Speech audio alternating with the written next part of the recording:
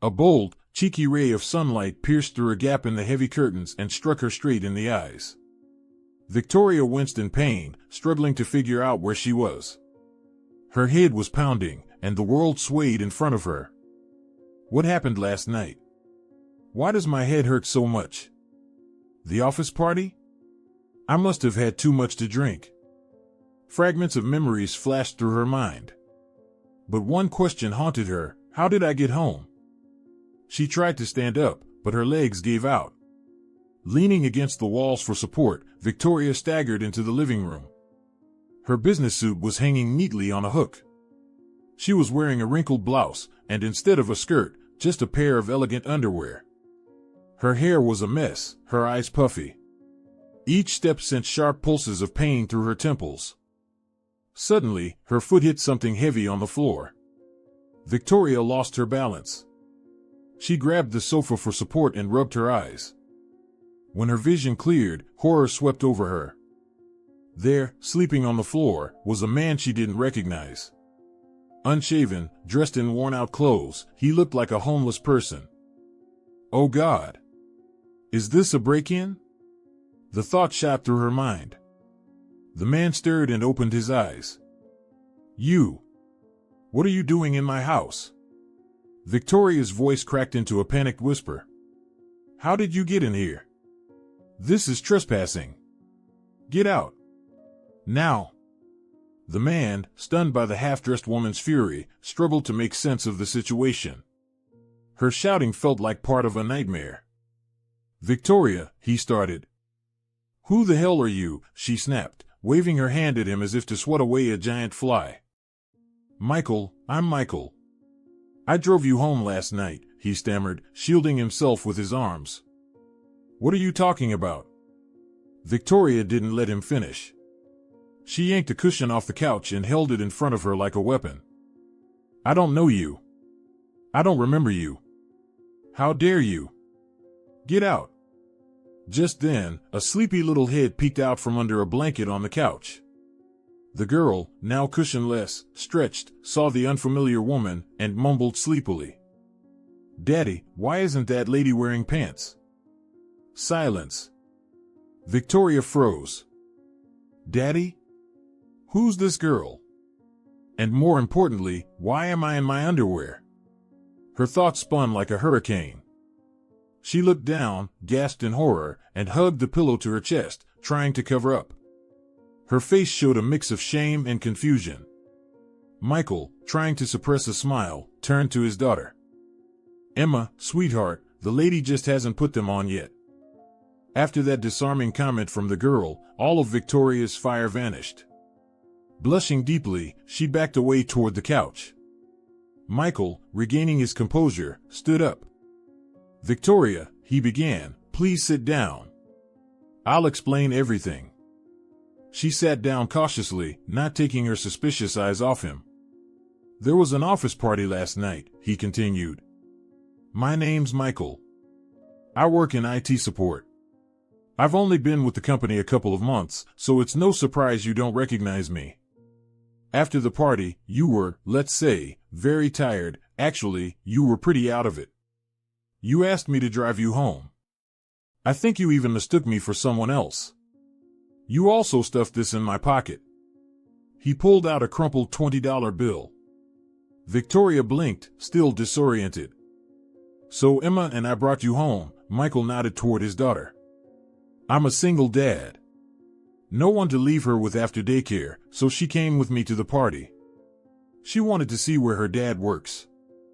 Emma perked up. And they had yummy cupcakes. And your boss is a funny fat guy, he danced a lot. Michael smiled at her. When we got here, it was pouring rain. I helped you to the door, you could barely stand. I helped you out of your wet clothes so you wouldn't catch a cold. Everything was completely appropriate, I promise. You were just barely conscious. Then I went back to the car, but it stalled right at your gate. My old clunker gave up. And well, I couldn't let Emma sleep in the car in the rain. The door was still open, so we came in to wait out the night. We crashed in the living room. That's all there is to it. Victoria's gaze shifted slowly from Michael to Emma, then to the 20. His story sounded all too believable. And the girl had clearly witnessed everything. Lying in front of her felt unthinkable. A flicker of realization and a fresh wave of embarrassment crossed her face. "Victoria," Michael said, scratching his head, "I'm sorry for the inconvenience. I'll go check on the car. If I can get it running, we'll be out of your way right away."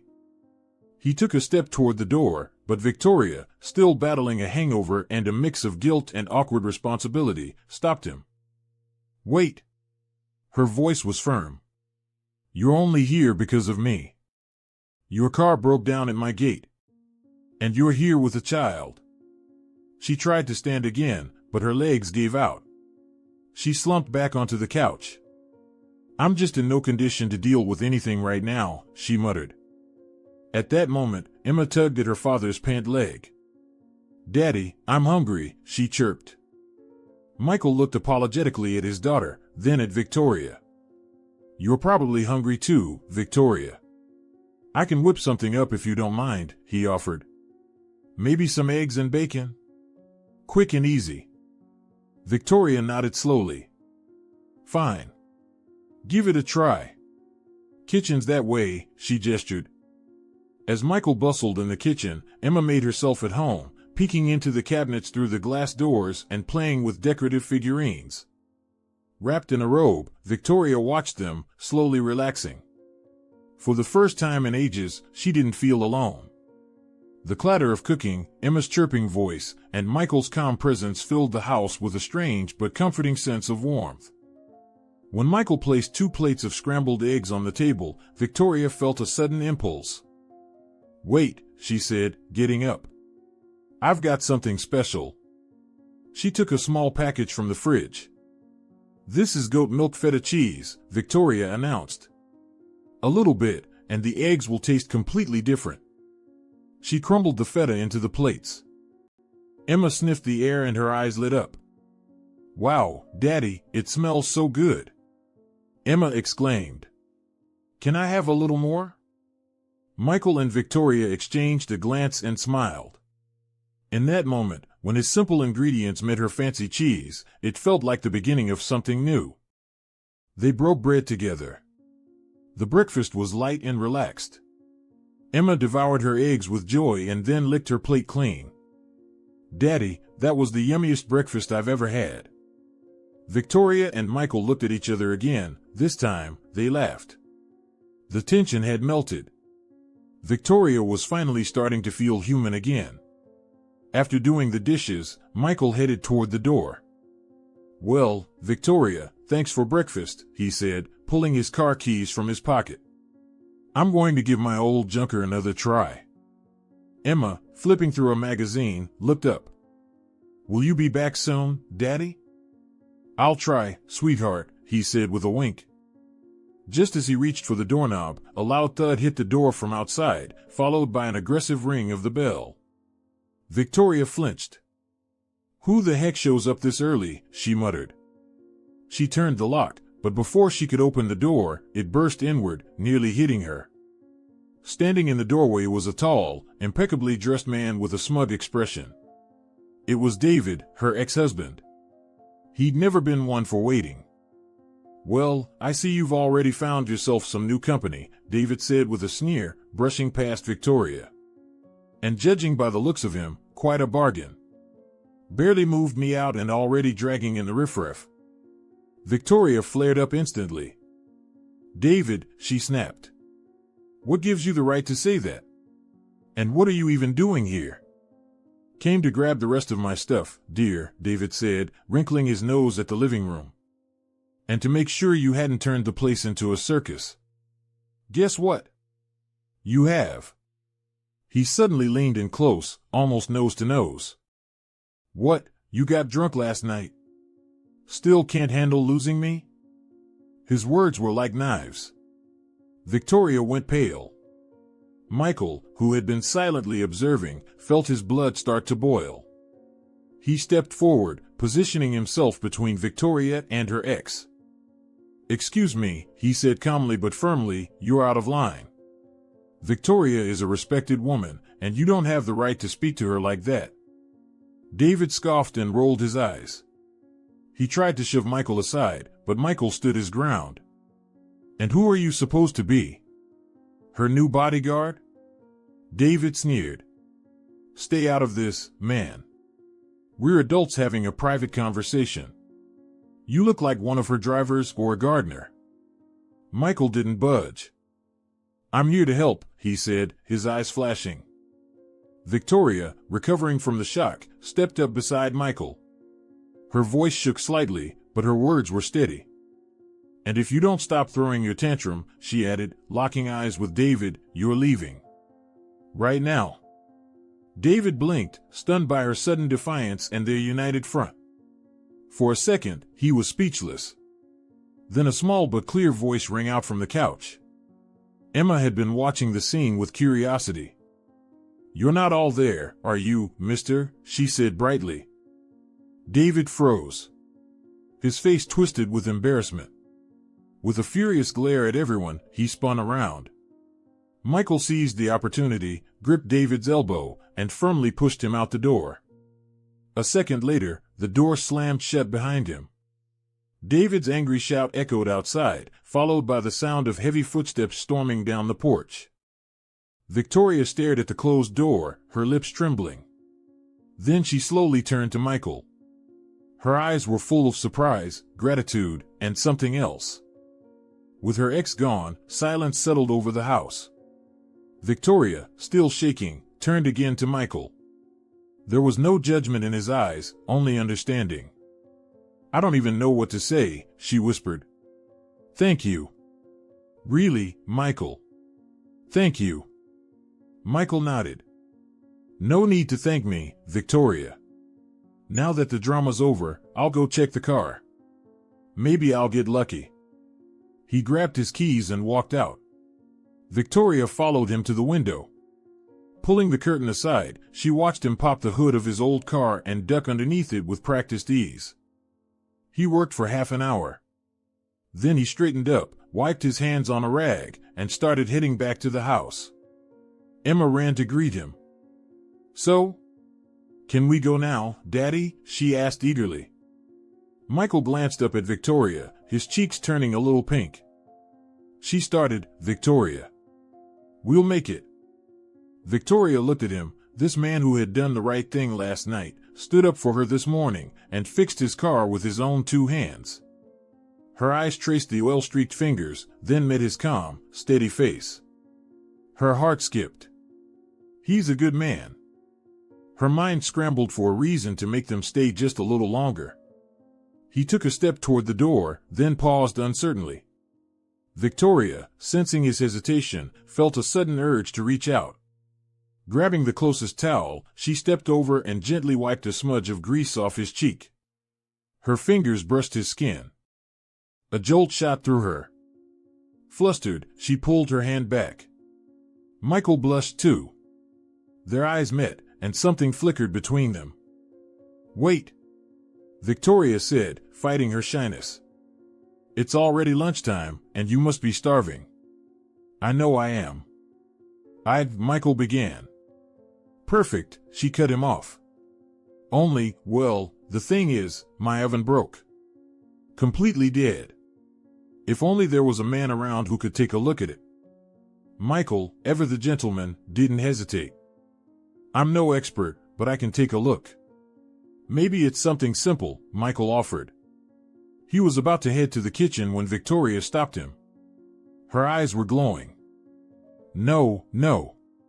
Lunch first, she said firmly, taking the lead. I know a lovely little cafe nearby. They make the best pancakes. We'll deal with the oven later. Emma's eyes lit up at the mention of pancakes.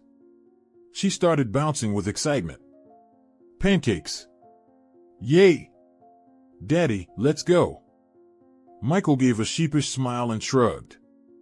Well, I do love pancakes. Who can say no to pancakes, he said, suddenly grinning. Victoria felt a rush of energy.